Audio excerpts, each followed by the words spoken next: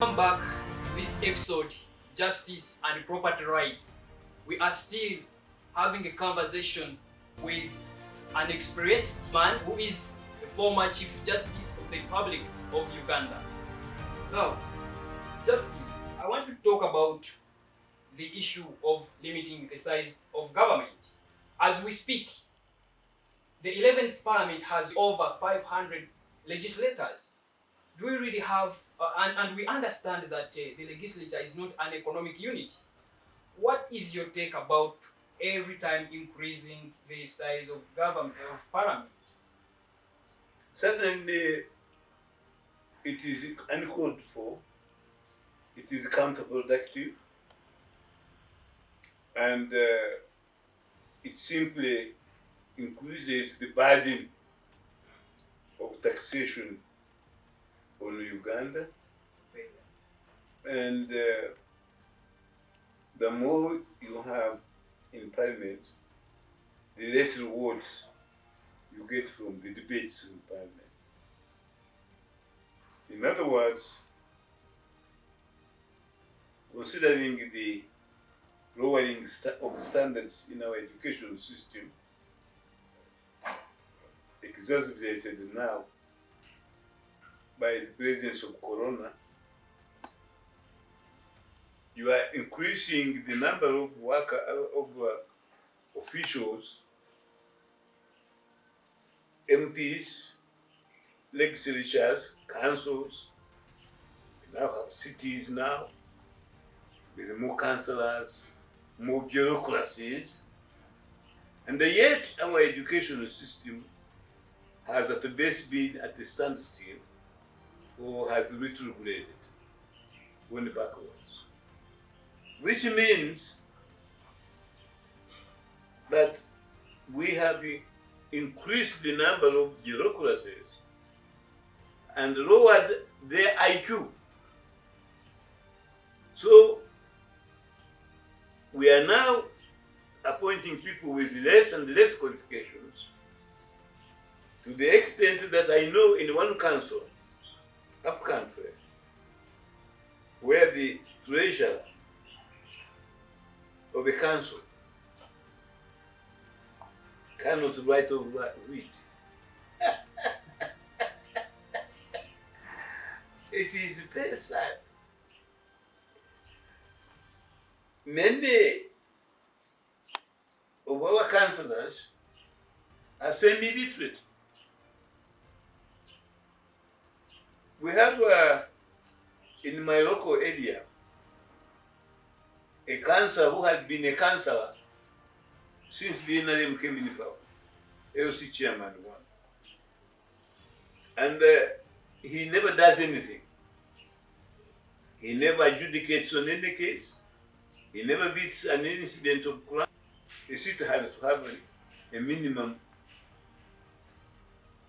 of service centers, a minimum of population, a minimum of educational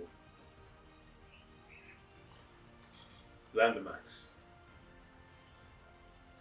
I know of one place in Uganda which became a district and there were no toilets at all. People were going in the bush. No structures.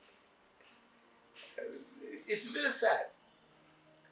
But the NRM party has built numerous centers of power in the country. Every district has been subdivided and subdivided into smaller and smaller districts. You have LCs everywhere. And all these officials are beholden to the NRM party. When it comes to mobilization, the NRM has got an agent almost in every household, who happens also to be a big man in that party. So, what does it all mean? It means that the party intention is to say as many as people who work for the public good should confess to being NRM. I was very shocked the other day. A young MP stood up and he said he had to stand on the NRM party ticket, although he's not NRM, because if he didn't, he wouldn't have been elected. I was reading yesterday's newspaper that in the guild elections of Nkumba University,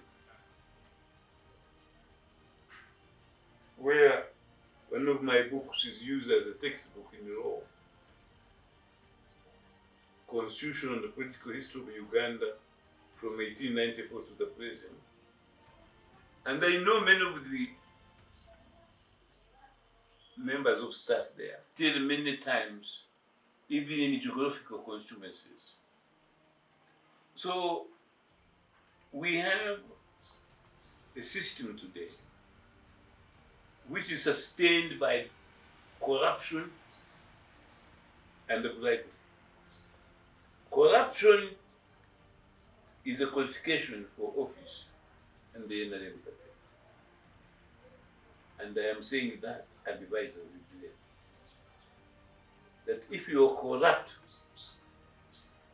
under the NRM party, the chances are you will be appointed or elected to office. Do you feel that Article 1 of the 1995 Ugandan Constitution, which says that power belongs to the people, is being reflected now, currently?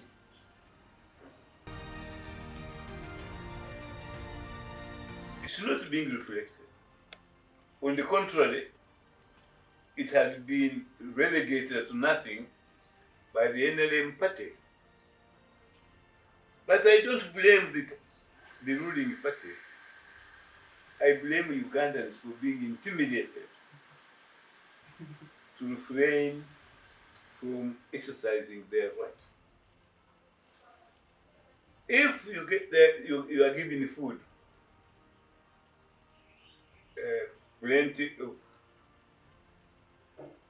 food in front of your table, and you don't eat it, of course you starve. You can't blame the food for starving. The Constitution gave power to the people of Uganda, and then empowered them to exercising the power through their vote.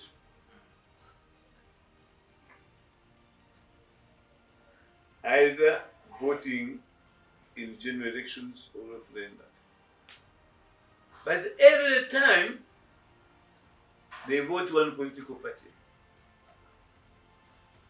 Then, next 5 years, that party neglects what it was elected for, persecutes Ugandans. Many are jailed and killed. They now even wants to have the power to jail them without trial for 180 days or 90 days. And the Ugandans are folding their arms. When I came up with my article,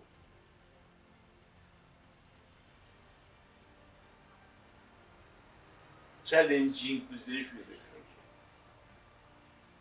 we have had 4 presidential petitions: 2001,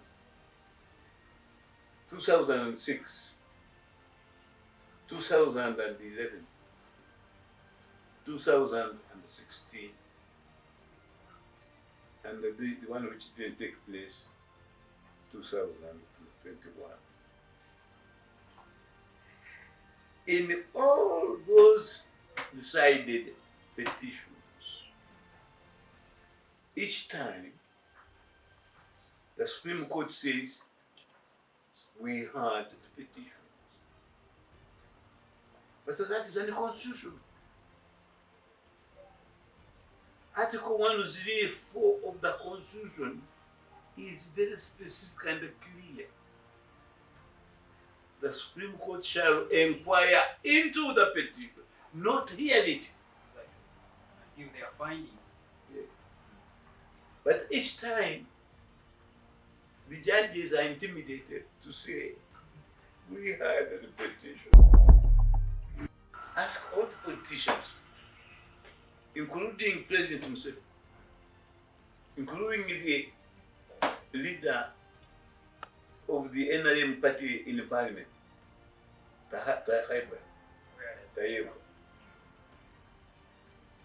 ask Kamau, the leader of DP, ask Senator Mchabani. He said, what do you think about paragraph A? Paragraph A, subsection 6 of section 59 of Presidential Elections Act of 2005. Ask your reporters, your listeners abroad, or wherever they are, to look up that one. Because that is unconstitutional. It was put there deliberately by the NRM party to deceive judges, and they are deceived. So where does I have been complaining about it since I sat on the 2006 presidential election. And I told every judge and subsequent judges, you must revisit that article. It is unconstitutional. But they don't. It is not even in the Constitution itself. It is a graft. And do you know how much it costs? The government? 5 million shillings each of the MPs who voted for it. Parliament had refused to pass it. And then the NRM party bribed members of Parliament with 5 million in order to pass that paragraph. Now, what's up for the petition, for your petition? The petition that is already in court. Will they really bribe, as they did in the past? I hope no. I hope no. I went there yesterday to check whether they had fixed it for hearing.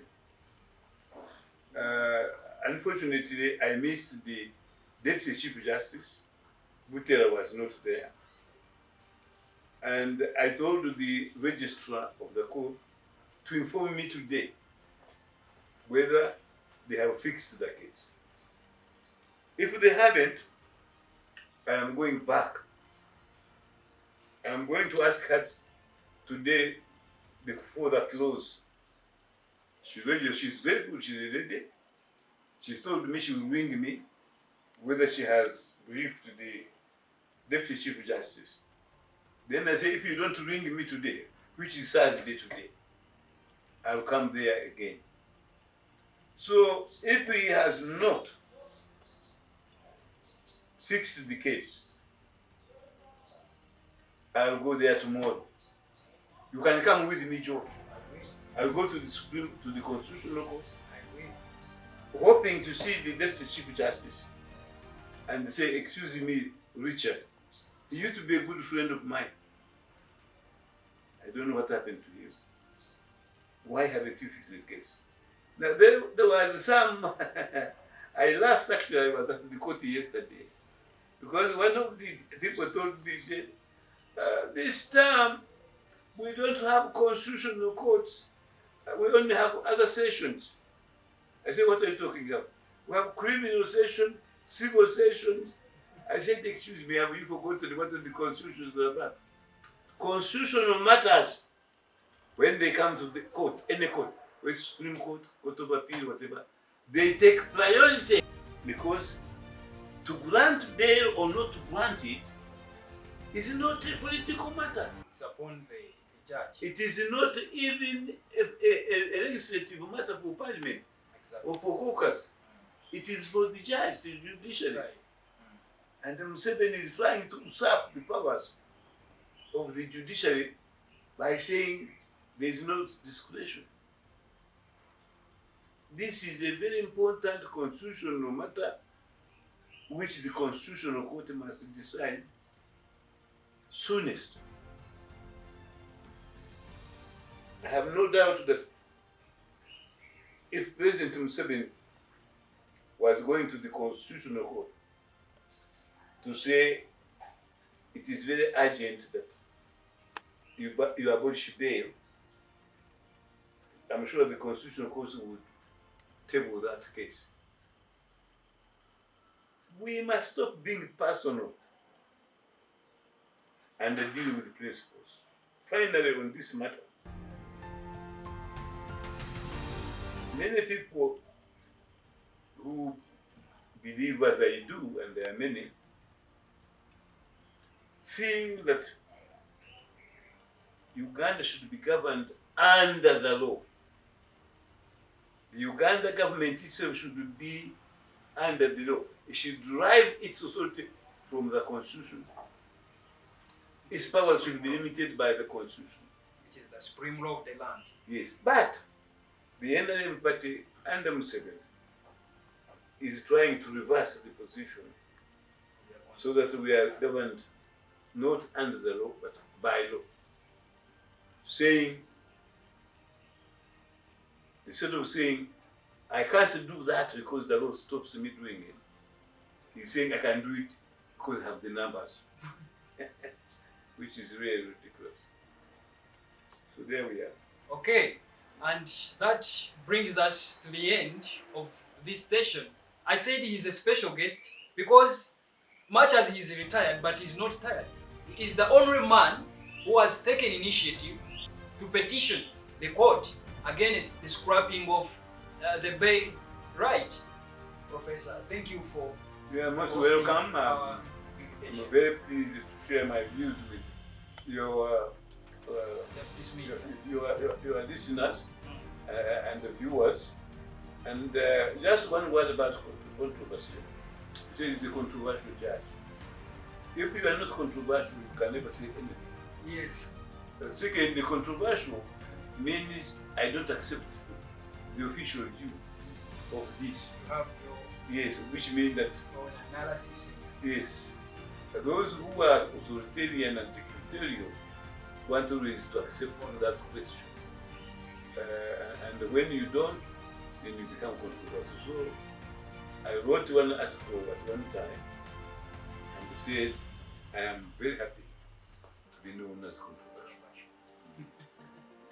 Okay, thank you for staying with us. That was Professor George Wilson KANYEIHAMBA. And let's meet in the next episode. My name is George Justice KANYEIHAMBA.